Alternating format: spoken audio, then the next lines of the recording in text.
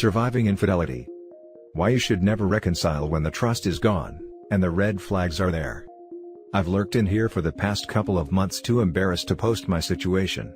Attorneys have implored me to seek therapy, however, every time I attempt to reach out, I come to the realization I have to explain my absurd, literally unbelievable situation, and I balk at following through. What can they say to me that will bring me out of the twilight zone hell I'm currently in? Nothing.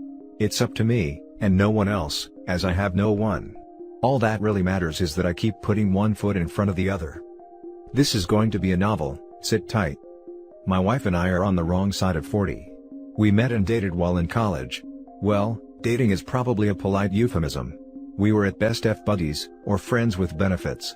However, we both valued our friendship, very much so.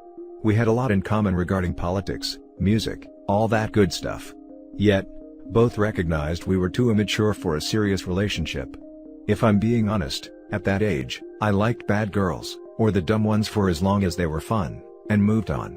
I kept nice girls I thought worthy of a relationship on the periphery, and at a distance. This also included my male friends. I'm far from an introvert, but I need my space. I've spent my entire life with trust issues due to a horrific childhood. Therefore, no claims by me that I'm perfect. Not the perfect husband, father, or man. My future wife wasn't one of the dumb ones, she was much to the contrary. However, it was obvious she was self-destructive, liked to party in the club scene, and yeah, would seek gratification from men in the wrong ways. That kept her way off the girlfriend list, and firmly on the friend list. Despite that, during that time our friendship grew. She indeed became one of my best, most trusted friends. She told me I was indeed her best friend, as I always gave her the truth regarding my opinions on her lifestyle and decisions, which weren't helping her. She had so much potential that she didn't seem to see in herself. She was, by the way, gorgeous, and intelligent. I never would have dreamed we would end up together romantically, but we did. Due to a crisis on her end I don't care to detail, we became closer. I realized that, like it or not, I indeed loved her. She reciprocated, and the rest is history. Love was an emotion I had avoided or found hard to come by my whole life, but I couldn't escape it. The people I had loved in my life had also done the most damage to me. We had a lot of happy years together. It was she and I, no one and nothing else. It was us. Then, a few years into the relationship she broke the faith. She didn't cheat, yet, I became privy to information about her past, which caused me to wonder whether I ever knew her at all. It made me question whether she ever loved, respected me, or our friendship, whatsoever. Through this ordeal she trickled truth to me in the worst way. It was torturous and painful. Unraveling each lie was a new knife in my heart. It was crushing, absolutely crushing. Every fiber in my being told me to walk, and never look back. All except for my big dumb heart. I was afraid I'd never let myself love, or trust someone again. She tried to end herself, and had I not rushed her to the ER, she would have succeeded. I couldn't bear to see her suffer, and because of me, and told her we would move on from the past, together. It took years for my trust issues with her to subside. It was torture. Looking back, I don't know why I did it. Love, I suppose. Beautiful women are a blessing, and a curse. It makes me wish I had found a woman with an 11 personality, 10 body, and a 3 face. You could double bag during as in wearing one yourself in the event hers falls off, yours is still there as a safety. Anyway, you never get over knowing the person you love can look you dead in the eye, and lie to you. It's always there. And, whether you know it or not. Because of that, I don't think our relationship, or love, ever reached the potential it could have. Now it just makes me sad. Our bed life was doomed for several reasons. Partly due to her self-destructive behavior in her youth. Exacerbated even more so for the aforementioned crisis that occurred in her life, in which I had inserted myself out of our friendship. Add the devastating secret I had discovered regarding her past, and it was deader than Osama bin Laden. After she told me her feelings on intimacy, only a sadist would continue to pursue the matter. I married a damaged person, and a bit of an odd woman in many ways. I thought love and commitment could fix her, but I was wrong. We eventually had 3 beautiful children together, and a picture-perfect family. I love being a father. Coming from a broken family, I vowed to my children what happened to me would never happen to them. However, early on I learned a lesson on parenthood. My first child was still a baby. He looked at me with a big grin, then proceeded to lift his head off the floor, and throw his head back down. banging it violently against the floor. Time stood still. I watched how his bottom lip inverted in pain, and his eyes filled with tears. He had experienced pain for the first time. It was as if Gregor Clegane from Game of Thrones shoved a giant sword through my heart. I held him tight and rubbed his head, tears streaming down both our faces. What happens to them happens to you. Your emotions are forever tied to these perfect, beautiful, innocent children you've brought into this imperfect world. We can teach them, nurture them, love them with all our heart. But all we can do is prepare them as best we can, because they will experience the world. It's our job to be there when they do. So, we may guide them, console them, listen to them, be whatever it is they need us to be, so they are happy, well-adjusted, productive adults one day. I would die before ever leaving my kids. Nor would I be the catalyst for a separation or divorce. Suffice to say, I knew there was some unhappiness in our marriage. But I had assumed that despite perhaps no longer being in love, we still loved and respected one another. I know we both loved our children. We rarely fought, but from time to time, we had some blow-ups. We would get through it, and move on. I always thought there would be time to work on our marriage, and/or our individual happiness. However, the kids came first. We also had some rough and stressful times financially. There were times we were drowning. But we made it through, together. Right when it seemed like we had broken through the surface and took a big breath of air, things began to change. One day my wife informed me she had reconnected with an old friend on Facebook. The friend of an old high school boyfriend to be exact. It turned out, he lived in the same state as we did. She told me she was going to visit him at his home. I wasn't invited. The kids weren't invited. I said, oh, do I need to worry? She scoffed at the idea, and told me she hadn't seen him in 30 or so years. I shrugged it off. She went for her visit and returned a few hours later. When I asked her how it went, she began swooning over his big and beautiful home, his cars, his boats, his property, and just how generally well he'd done financially with his life. Once again, I asked, oh, do I need to worry? She responded, oh God, if you saw him, you wouldn't worry. I really didn't give it another thought, and left it alone. That was a mistake. Not long after, she became very distant, not just to me, but to the children as well. When unchecked, she would literally sit in bathroom for hours at a time. Trips to get a coffee, which had been common, mysteriously now took an hour. When I'd ask why the bathroom behavior, mystery trips, etc., she'd tell me she was texting friends, answering work emails, etc. I've never snooped on her social media, or her phone, never. By the time our kids were born, I had pretty much overcome the trust issues with my wife. That mistake was about to be revealed with a vengeance.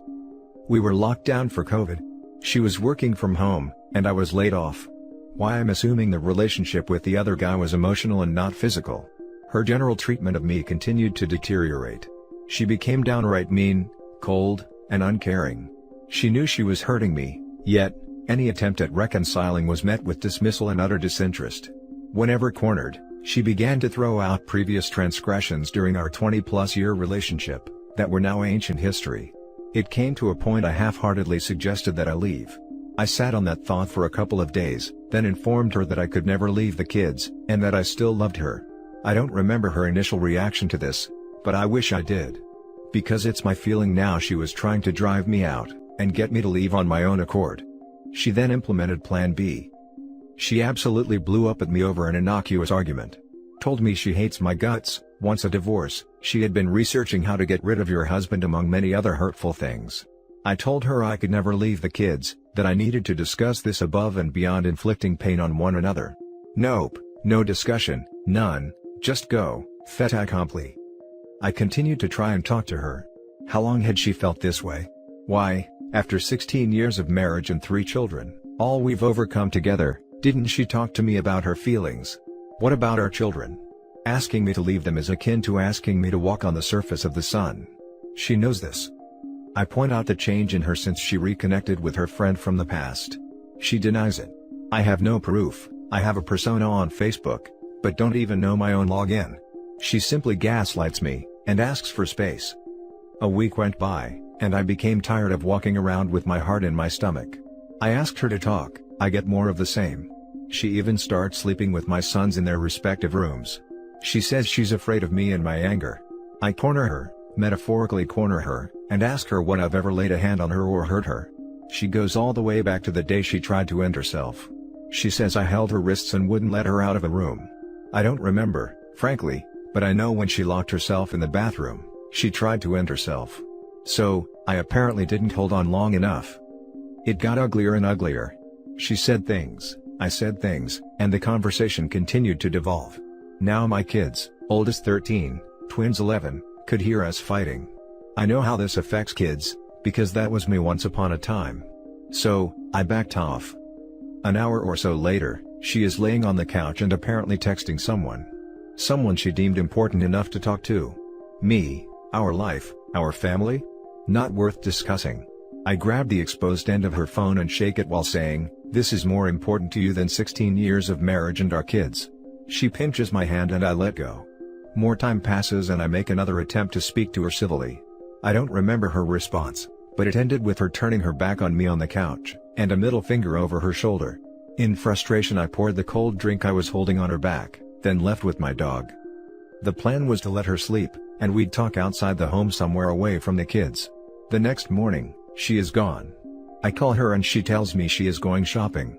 I said great, come and pick me up, we'll shop together and talk with others around, forcing us both to be civil. She hangs up on me. A few minutes later 3 police officers arrive to arrest me for domestic-related charges. Specifically, touching her phone, and pouring a drink on her. This constitutes domestic simple A, 2 misdemeanor charges. I've never stolen a candy bar, have no police record whatsoever, but I'm put in cuffs in front of my neighbors, photographed, booked, and put in a cell. I'm thinking any minute she's going to come and bail me out, having no idea they'd actually arrest me. Wrong. She never went shopping, she went to the police department, told them she feared for her life and the children's safety. She files for a restraining order, creates a made-up sense of a cycle of violence throughout our relationship, which never occurred. She is granted a restraining order, and I'm not permitted within 300 yards of her, or my children, including our home, until a hearing a full month later. If you're still reading right now, you're going, wait a minute, this guy isn't telling us something. Or, he is minimizing what he did. He hit her, shoved her, pushed her through a window, beat her with a bat, threatened her, something. Nope. The mistake I made was talking to the police officers. They asked what was going on, I told them the truth. I think she may have another dude, possibly has narcissistic personality disorder, loves drama, can never admit fault, wants me out of the house completely out of the blue, and we argued. We're going through a bad, sad time, but as far as you're concerned, she's fine. I'd die before I'd hurt my wife or kids. They asked me about the phone. I told them I touched the phone, and not her. They asked to see where she had pinched or scratched me. I refuse and say I don't remember her doing that. Out of fear they'd arrest her. They ask about the drink. I said yes, I poured a drink on her, after the one-finger salute she gave me. They all laughed.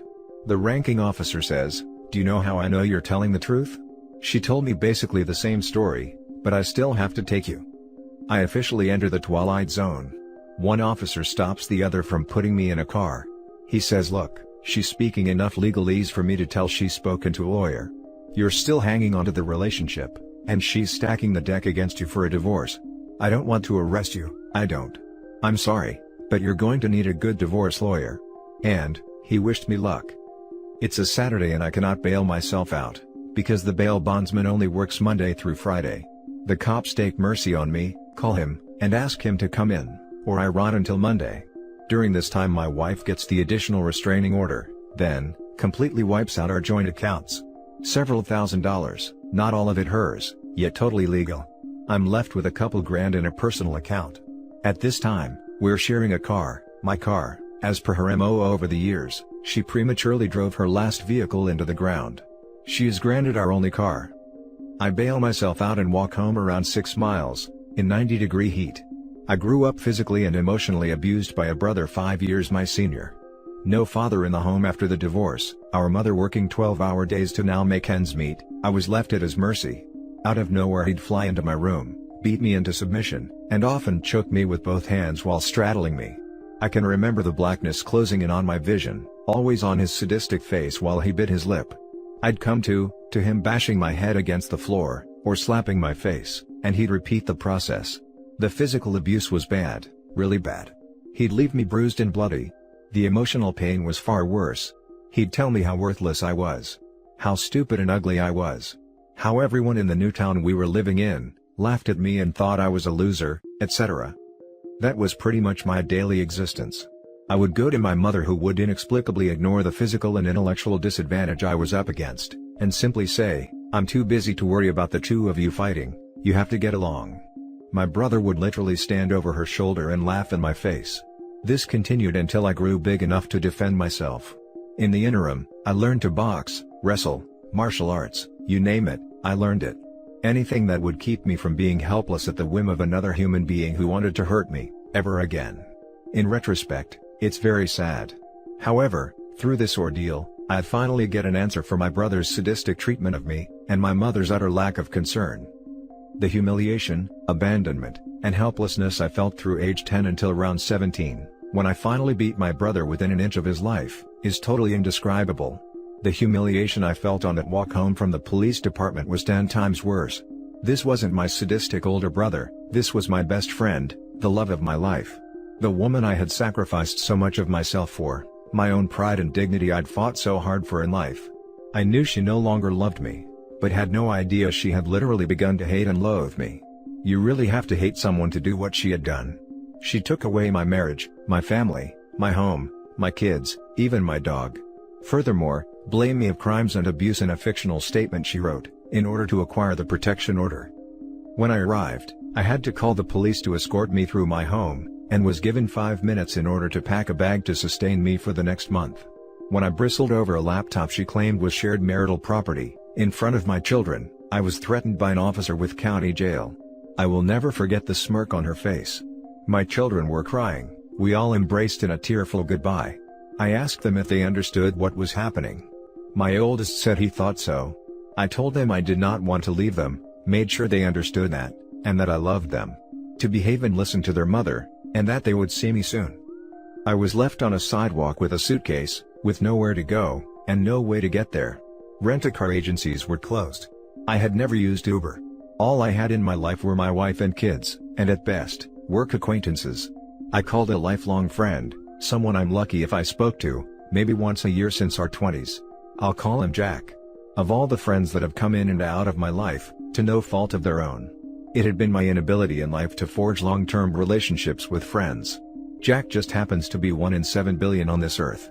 He was the best man at my wedding, truly the brother I wished I had. And, ironically, he was the man I called on to get my back when the crisis occurred in my wife's life, before we had gotten together. That crisis? She had been brutally forced by another FWB of hers. This guy was a bouncer in a club we all frequented, a really big dude. She hadn't spoken to him in months. He showed up at her door drunk, wouldn't take no for an answer, and pushed his way in. He beat and forced her in every way possible, then made her take a shower. He'd beaten her face, even bitten it. He nearly bit off her nib. Truly a sadist.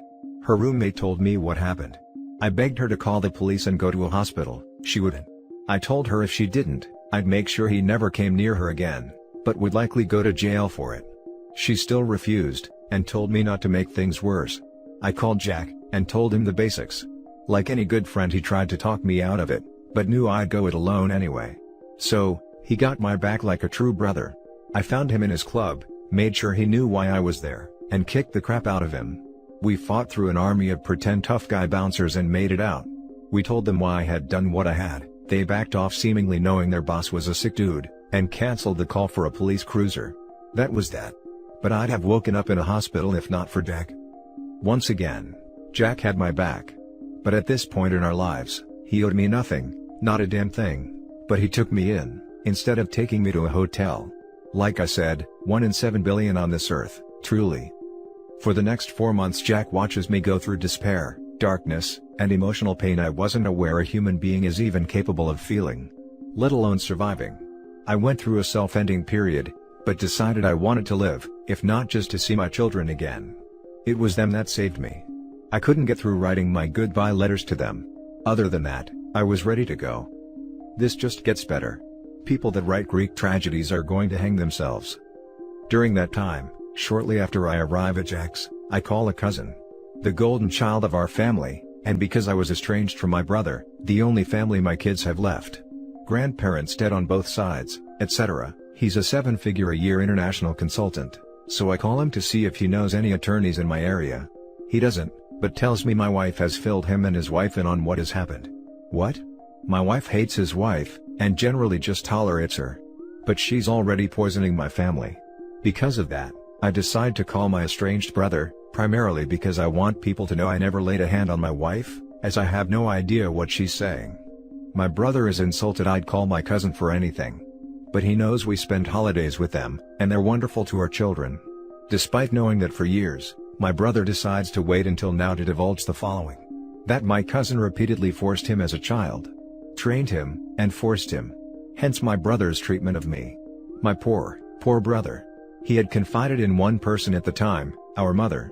Who minimizes it to a teenager, my cousin, experimenting. My brother was 10 or 11.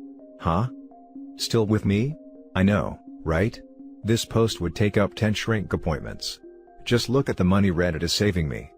So, this worthless sack of a cousin has access to my kids. They've shown up at our door unannounced. He needed 10 minutes alone with my brother, to relieve me of a brother, and leave me with an abuser. I rack my brain trying to think of times he was ever alone with my kids. Keep in mind, I cannot contact my wife directly, or through a third party for any reason, unless a medical emergency. Anxiety through the roof. I don't sleep for at least 3 days worrying that she's already spoken to them, that they could show up to console her, take the kids off her hands, etc. I go to the cops in the town my family lives, and ask to speak to someone. Soon after, Officer Gump arrives. I explain the situation to him. I produce a letter addressed to the judge who signed the order of protection, explaining the possible danger my kids are in. He listens, looks the letter over, and says you need your attorney to contact your wife's attorney. I don't have an attorney, I haven't found one whose retainer I can afford right now, I'm on unemployment. He says he understands, but cannot get involved. I point out it says protect and serve right on his vroom vroom parked outside. He hands back the letter and reiterates that he cannot get involved. For clarity, I explain why I was removed from my home versus the possible backdoor and oral forcing of a child. He apologizes, and tells me to get a lawyer, and contact her lawyer. I can't believe what I'm hearing. I have a person who's friended her on Facebook send her the message. She subsequently has me rearrested for breaking the protection order. I go to county jail for 4 days to protect my kids. Later I read in court documents, that she discounts the severity of what happened to my brother, and believes I was simply trying to manipulate her. Because that's what domestic advocates tell her I'm going to do. Advocates she has in a snowbank, as well as the cops, the prosecutor, the judges. I now know she doesn't just want me out of her life, she wants to destroy me, and hurt me every chance she gets. She's succeeded. There will be no reconciliation of any sort. I will be an outsider to the lives of my children. I'm living my worst nightmare as a father. Why would I want to be with someone who could do this to me? How can the system allow this? Attorneys tell me I'm not alone. Where's the hate coming from? People ask me and I have no answer for it. 2 months later I finally see my kids in a tearful reunion. The judge lets me be a dad 1 whole day out of the week for the next year. Despite my efforts to rebut her ridiculous characterizations of our marriage, she sides with my wife. This does not encompass the criminal charges I still have to face. I've lost my wife, my family, my home, even my dog. How much more punishment do I deserve? And for what? It comes down to character. As much as I want to blame her, this is all on me. The warning signs were there. What did I do? I dumped 2 gorgeous intelligent women who genuinely loved me, for this person with a black hole where her heart should be. They both wrote me for months telling me how special I was, they'd never get over me, etc. I told them it was never them, it was me. Well, it was me, I was a freaking idiot. I wasted 20+ years with the wrong woman because I was afraid of taking the pain of losing her, when I should have walked. That secret that broke the faith early on when we had committed to each other? She had been an escort for years, and while I had known her, fooled around with her, and later defended her honor. Everyone knew but me. Her roommates, her friends, classmates. I was the big dummy. Did she do it for the money? Nope. Unlike mine, her parents paid her tuition, her rent, whatever she needed. She came from money. But her character and self-esteem were lower than snake crap. But I made the choice to build a life with someone with that past, and paid the price. I put myself nowhere, with nothing, and no one, as I'm pushing 50. All my life, I feared abandonment and being let down, only to make decisions that led to exactly that. I have no one to blame but myself. Moral of the story? Lack of trust can heal, but not the core of the person that produced it. Don't waste years being unhappy. Don't ignore the red flags, take the pain, and walk. Don't be me. I'm moving into my new apartment this month, and continuing to endure the new normal as best I can. Each day, I still wake up thinking it was all a nightmare, only to find it wasn't. She has yet to file, but that's only because she can't afford it. I begin my new life, alone, a long-distance daddy. Thanks for listening. Now for some comments. She can afford a lawyer to go to the lengths to prevent you from seeing your kids, but can't afford a lawyer to divorce you? You don't need a lawyer for that, you simply need to make an allegation or claim you're in fear of your spouse, period. Why does law enforcement, judges, etc. side with women? Primarily because of the true maniacs who abuse their wives who truly need that protection. However, it doesn't stop a spouse from abusing the very system designed to protect her, by simply lying. You get your day in court, but that also depends on what you can afford for a lawyer. DV runs rampant in the impoverished communities and doesn't end the way your situation does. Rampant. Sad story, but honestly not uncommon unfortunately. Not sure where you live, but sounds like it was way too easy for her to kick you out of the marriage home. So what if you are 50? Live and learn, brother. You can still find a lovely woman who truly loves you, but now you know you always got to put yourself first, and have your ducks in a row to protect yourself. Best of luck. Why do you think everybody says, if things start going south with the wife, start recording everything? It's the only way to save your butt. Majority of the time the allegations, if you can't disprove them, are enough for you to be in deep crap. And that's the end of this video, folks. As always, leave a comment and hit like and subscribe. And if you want more of this content, turn your notification on to get updated on the latest videos, and I'll catch you in the next one. Stay safe.